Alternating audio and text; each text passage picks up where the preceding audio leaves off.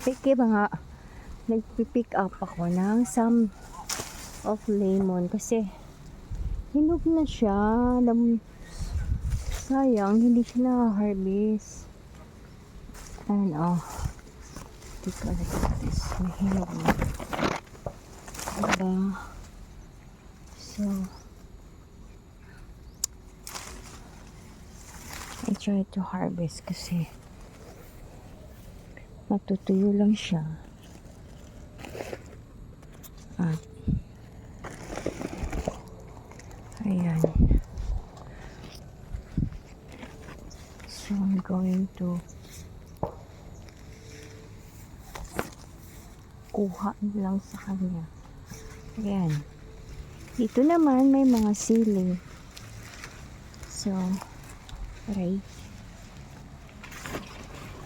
Dito muna ako sa banding ito.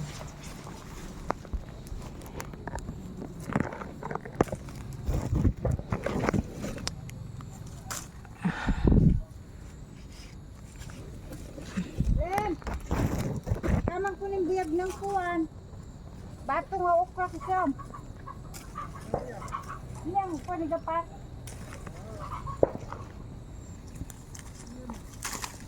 Geng-geng. Maganda yung lupa nila dito kasi mataba. Tapos, ito nga yung resulta ng pagtatanim nila. Mga legs. Oh, yung pagtatanim nila, 'di ba? May inaani tayo. So ako naman, dumadayo lang ako dito para kumuha ng anin. Mga anin. Ng tanim nila. Kasi city kami eh. Nasa city kami, wala kami mataniman doon. So ayun, dumadayo kami dito sa Mabini, Davao de Oro. Para lang manghingi ng tanim ni ate. I-vlog mo yan eh. Kita niyo naman kung sino yung kumakain ng gabi na Bicol Express. Ito siya ngayon, tingnan nyo. Diba? Yan yung ano niya. Itong kuwan, baling ka rin ng bunga siya. Ang dami, Yan, dito kami kumukuha ng gabi. Pag gustong-gusto talaga namin kuha, maggata ng gabi. Yan, dadayo kami dito sa Mabini. Tapos, syempre, bibili ako ng bulad. Alam, yung pampakadibin pa tayo. Kita mo. Pumunta ka lang dito, may harvest ka na, fresh pa ng mga gulay. At ito naman ang okra nila, kuya. Kita mo yung okra na yan. Super dami. Tapos dun sa kabila, may mais. Ito naman yung kamuting kahoy. Diba? Saan ka dyan? Tapos ako, mga harvest lang. Yan, bonus na to sa akin. Sabi nga nila, pag masipag ka, punta ka dito para mang-harvest, diba? Imagine. Walang yan, chemical. Ito yung marami yan doon, hanggang doon. Kamuting kahoy. Balanghoy ba? Uy, nalata na, Kinuha ni ate yung papaya sa taas. Sabi niya, saluin ko. Ang laki-laki niyan. Alugbati dito. Ayan, yung mga alugbati na yan. Kanina yung alugbati, ate? Ayan, tagtungo na. Ayun yung may-ari, Ang sipag ng kuya ko.